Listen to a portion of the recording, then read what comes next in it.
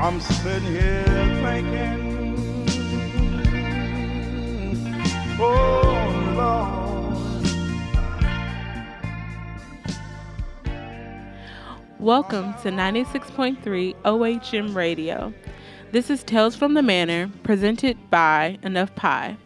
Enough Pie is a nonprofit organization in Charleston's Upper Peninsula that uses creativity to connect and empower the community.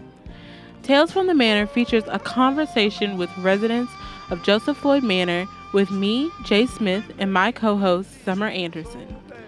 Joseph Floyd Manor is a public housing high-rise in Charleston's Upper Peninsula filled with unique and wise elders who have incredible stories to share with the world. We're here to shine a little light on these neighbors and learn more about the people who came before us. Thank you for listening. Today, I'd like to welcome our special guest, James Mack. Thank you for joining us in the studio today, James. How are you doing? It's a pleasure to be here. I'm fine. I'm all right. That's great. We're glad you're here, James. Yes, ma'am. We're going to take it back to the beginning of James Mack. Right. And I want to ask you where and when you were born, and can you share a little about your childhood? Yes, I was born and raised right here in Charleston, South Carolina.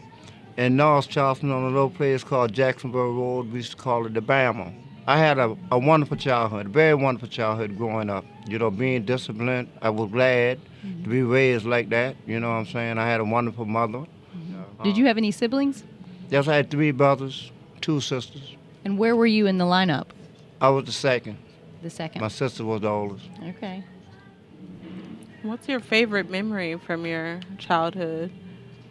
Well, being raised right for one thing. You know, coming up with people that respected each other back then. I can speak honestly and respectfully back them days. We didn't have nothing to worry about. I mean, these days right here to me is a little bit more off the chain, you know, with what's going on. But back in those days, we didn't have anything to worry about. It's just like one child had 3 and 4 mamas. Nowadays, you know, some baby have 1. So those days were there was a blessing to me and everybody at my age, and I thank God for all that. That's wonderful. I know you mentioned that you grew up in the North Charleston area, correct? Right. And you were telling me on the way here that it has changed tremendously. Yes, it has. Back then, we didn't have, like, houses was like 2 and 3 blocks from each other. And you'll see about a little neighborhood was just like a little neighborhood here. And then you go like a half a mile, you see another little neighborhood here. It ain't like houses right on top of each other. Right. You know, everybody had this space. That's why you didn't have much crime, because everybody like associate with this. When they go outside, people go out to like picnics, go to church and stuff like that. You know what I'm saying? We had to walk to church, but it was going to church. Right. You know?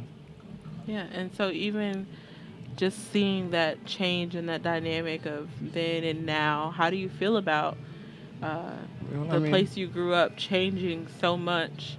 I mean, there's not much I can do about it, but it's changed tremendously. You know, I mean, back then, like rent and stuff was like $25 for a 3-bedroom house. Wow. Houses was more bigger than what is now.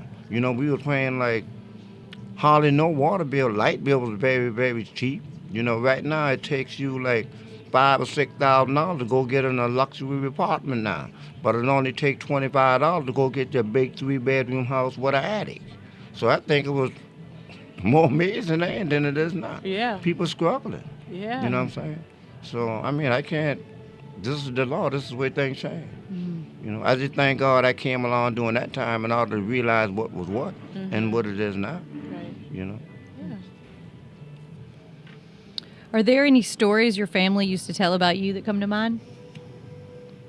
No, not really. Except I ran away from home a couple of times. You did? Yeah, and Or, do you remember why you were mad? Well, me and a friend, just cousin, we was a cousin. We just ran away. I guess he was a runaway, and I just followed him. You know, so I went to school for it. You know. How long did you stay gone? Till the neighbor called us the same night, and then he let us sleep in his house and took us back the next day. And I think we did it a couple of more times, and then we slept under the same house that I'm telling y'all about, which was 3 stories. The chimney was down in the ground, and you could sleep right up cut her to the chimney. So that's as far as we ever went. Wow. You know. It sounds like you were raised in a pretty tight-knit community. Yes, we did. Yes, we did. 'Cause we had everybody was watching you. There was no trouble back then. You know, it was like a community. You didn't have like gangs, people coming in there trying to take over. It was respect. Neighbors respect neighbors. Right. Back then. Yeah. You know, you very seldom see this these days. Yeah, that's true. You know what I'm saying? But back then, that was just like a mandatory thing they had to do. On Saturdays, everybody get together, have little cookouts, play games with the kids, half ball, softball, spend time, you know, the woman spend time with the little girls, the man spend time with the boys. People don't have that obligation to do these things no more. And that's why things are the way they is now. People running astray because nobody focusing on what it should be. Right. You know. Now, I know you talked about running away with your cousin and everything. Who's your favorite relative in your family? Was it your cousin, or did you have someone that you felt like you were really close to growing up in your family? Well, it was my sister. Your and, sister? and my mom's, yeah, my sister. Really, it was my sister because I was attached to my older sister. And, you know, everywhere where she went, I was there. And then she made sure it was just me and her. And she made sure that I had. And I just got attached to that. And we very had that close contact, you know, until when she died in New York. And I'm always have memory of her and my mom. My mom just passed, you know, but it's things that accumulate from that, you know, I really don't want to discuss it, but, you know, those two, yeah, I would have memories about, always have memory, and Maddie, like I said, you know. So, James, in your life, have you fallen in love Yes, I did, once or more than once? just once. Just I once. tried twice, but it never did work the second time, but the first time, yes, it did. Will you tell us about her and how y'all met and a little about your relationship? All right. I was in Florida at Fort Lauderdale. I got a job as a place called Federal Millwork. And the man who owned the place was a preacher. So I had to take 2 buses. And she used to catch the bus. And then one day she didn't catch the bus. I was there, so a friend of hers was there. So he told me that he had a message for me. It was a phone number with a name. She used to call her at 12. So I called her at 12. We talked it. And she asked me where I was from. I told her South Carolina. And bam, and, you know, she invited me over to dinner. And from then, we just met like that. I got another job, trying to help out. And then all of a sudden, I moved from where I was at with her. And that's when our relationship began. You know, we had a problem at one time, and she slapped me in the face with a hat. Oh, You know, no. and other than that, well, this was my fault, because I went to work and drinking with the boys. A new job, the job I told y'all I had doing the precast work. And they had a mall that every Friday, the boss and his son would buy 2 coolers of beer. We'd knock up at 12. And instead of me going home, I sat there drinking beer, not knowing she would catch an attitude. So when I went home, opened the door, put my hat down, she slapped me with the hat. And I never then went back and drank beer with them no more. Oh, no. You know, What was her name? her name was Maddie, Level. Oh, Maddie. Just, And did y'all have any children together? no. No. She had three sons and 2 daughters. She did. You know. She had a full house. Yeah, but they wasn't staying there until she Right. got her 2 brothers, and then his daughter came home from prison, and then his son girlfriend, then I moved out. So, you know, and after that, I guess all that stress, then she was diabetic, Right. you know, so she trying to take care of herself and other people, which was impossible, you know. But I still got it in my heart to this day. And then you told me earlier that you had moved out for the month, like you just said, and then what happened after that? No, I moved out. When all that moved out, when family and all that moved in, I moved out. Right. And I went and found me another little place, and I went out of town for work. Right. So we stayed out for a month. And Right. when I came back, I saw her son, who was working at a tire hut. And I said, man, where your mom at? He said, Mama died. We buried Mama Saturday, you know. And I said, man, I didn't believe that. So when I saw the other son, the oldest one, he told me, said, yeah, man, we buried Mama. So I waited around, I get my check, and left. Caught a train and came back here. Yeah, that's gotta be really a traumatic thing, especially to be in love and Yeah, but you know what? It's all come down to understanding. You know, you very seldom find somebody where you're attached to, you feel comfortable being with, and I guess right. that what was me and her. You know, I've tried that since, but I've never get that vibe with feeling nobody. again, yeah. Right. You know, 'cause they don't show me that the affection that they show you is all about a game. You know what I'm saying? They ain't serious about that. Yeah. And I'm not going to be a mice going into a trap. I'd rather live with memories of her than to live memories with somebody putting their arms around me and don't really mean that. Right. Right. I think love, just even the idea of love has changed so much over the years, and the way people love or what they consider it to be, and I think it can get toxic now, and so even trying to venture out and find someone new or feel that connection again can be hard. So I would understand why Yeah. you but- feel like, yeah. Yeah, but you know, some people, when they get out of a relationship, they don't leave bygone be bygone. Just like if you said, can you forgive somebody? Yeah, I can forgive you, but I will never forget what you did, right? That's not forgiving either. If I can't forget it, True. then ain't no sense in me for forgiving you. If I forgive you and always remember it, then one of these days I'm going to have to say something about it. Right. So in order to forgive somebody, you got to forget it and everything And move on. and move on. Yeah. See? So ain't no sense forgiving nobody if you want to remember it. Yeah, definitely. I agree with that 100%. For those of you just tuning in, I'm Jae Smith with my co-host Summer Anderson, and we're talking to James Mack today a little bit about his life and his experiences growing up, and we just heard a really great love story.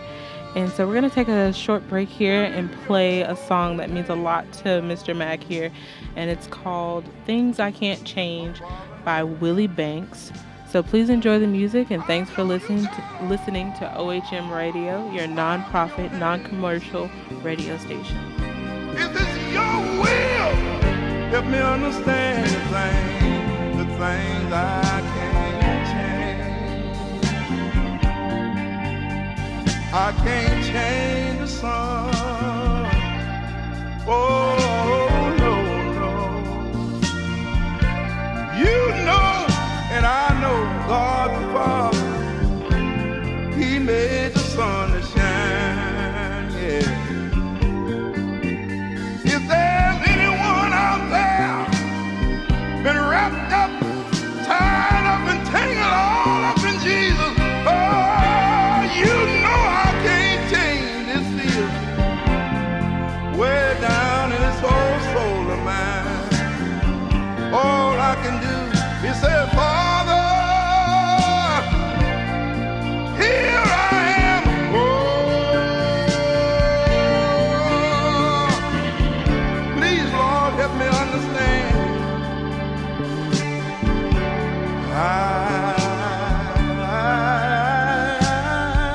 I know you made me, Father, and you know all about me. Please help me understand the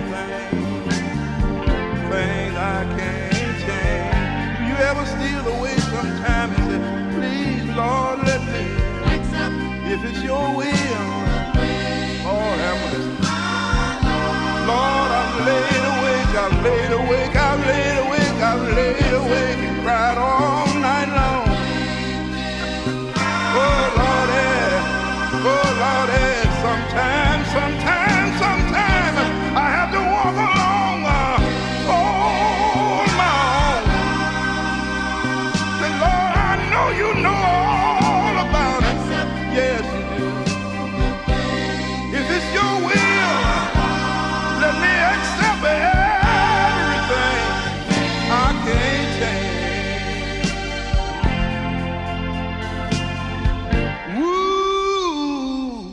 Have you ever? And we're back. Thank you so much for tuning in to 96.3 FM Ohm Radio, your non-profit, non-commercial local radio station. We are broadcasting live from Workshop at 1503 King Street inside the Ohm Radio studio. My name is Summer Anderson, and I, along with Jae Smith, are the host of Tales from the Manor. For those of you just joining us, we've been talking to James Mack about his childhood, his great love, and now his song, Things I Can't Change by Willie Banks. So, Mr. Mack, what does this song mean to you? I know it's really, I was listening to it earlier, and it brought back a sense of comfort for me. I know I mentioned on previous shows that I grew up Kojic, and it kind of reminded me of my grandfather and just how he would speak about music and just his walk with Christ and everything. So it really struck something in me. So what does that mean to you? To me, the first time I heard that song, it was like I was going through a lot of changes. Always whining about doing the right thing, and people take it like you're doing the wrong thing. I consider myself not like a saint or anything like that, and I don't try to be better than nobody else, but I try to conduct myself in a way that I want people to conduct me.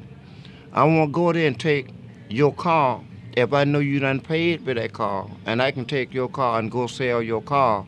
That's taken from you. I don't want nobody doing that to me, so why should I do that to you, right? And it's just that things that you go through, a lot of times people don't appreciate that. They pretend that they do, and they really don't.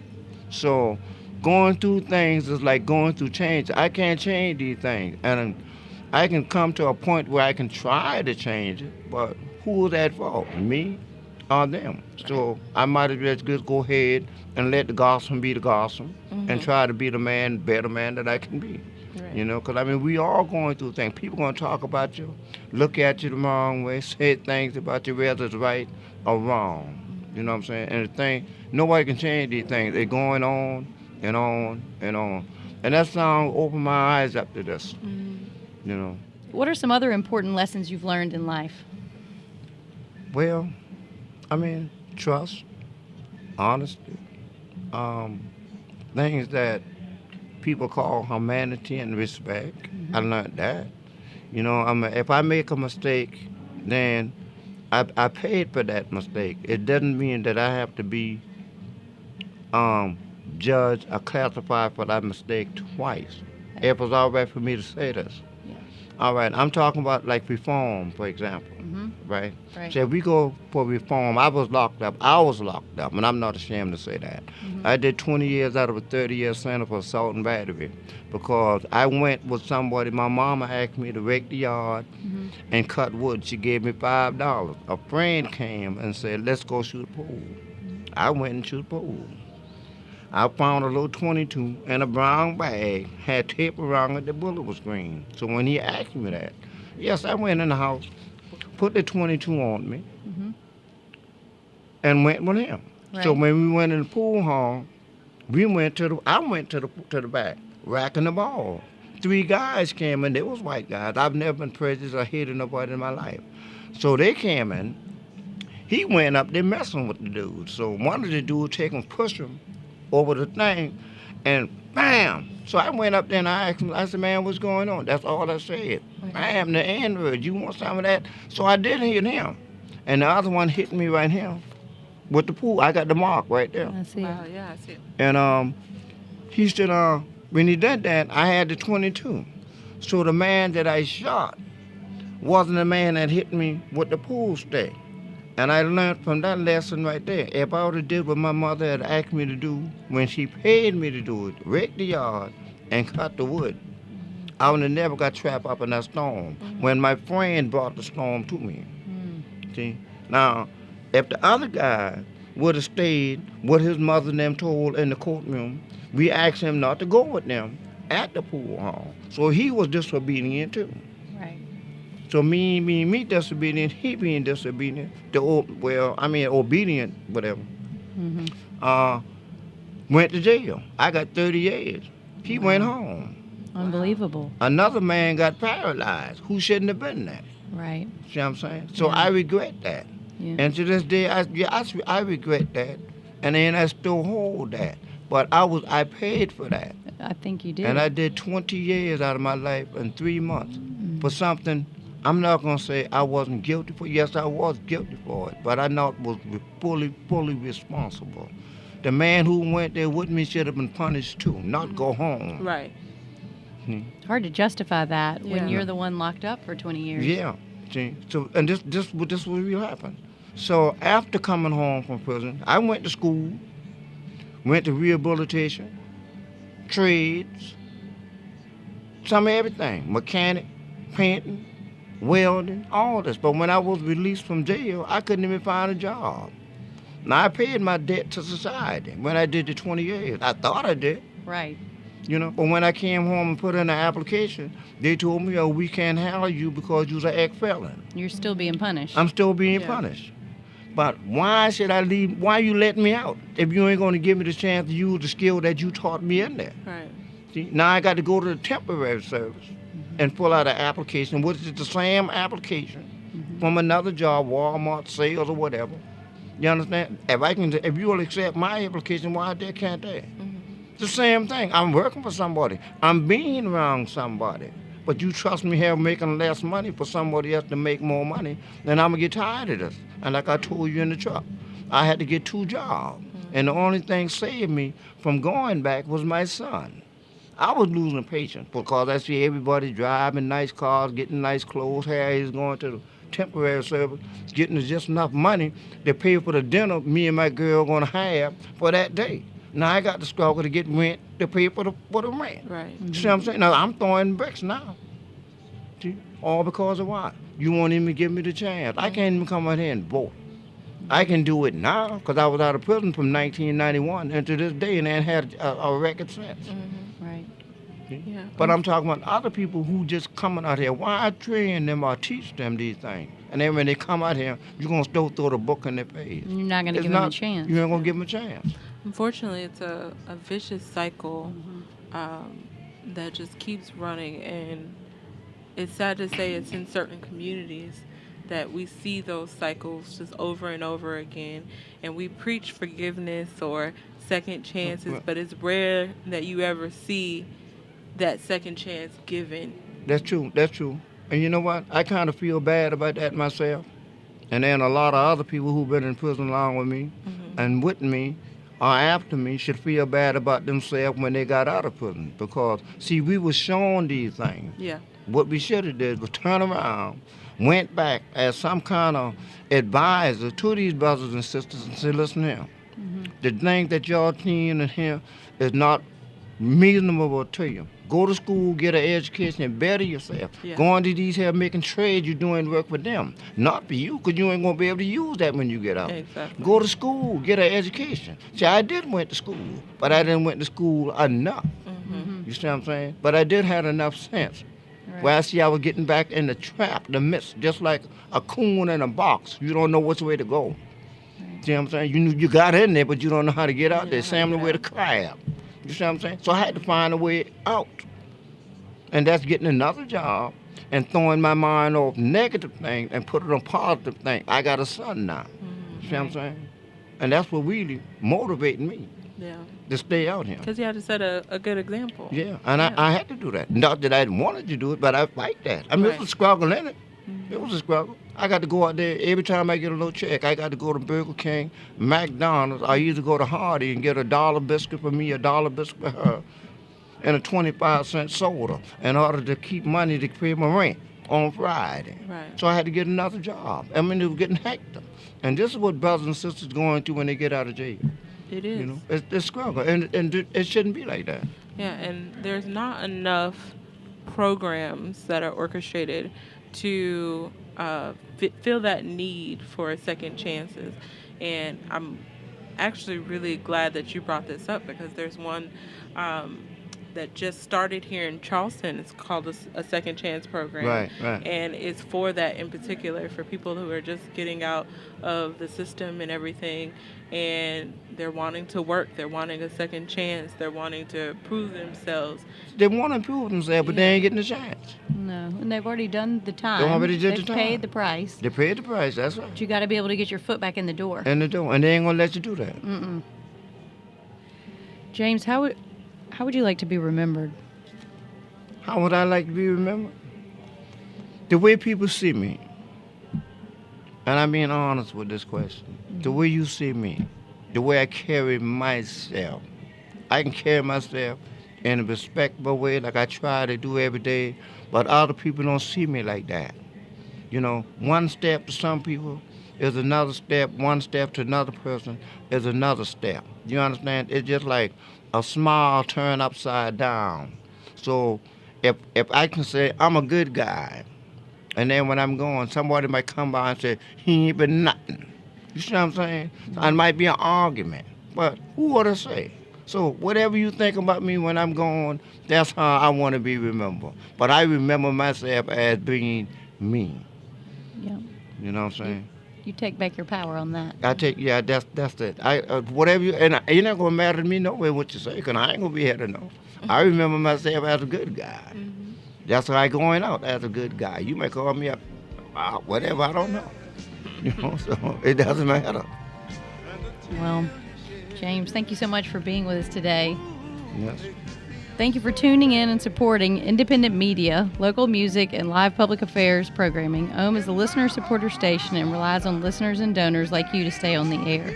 You can donate and learn more about upcoming events and our programming schedule at www.ohmradio963.org.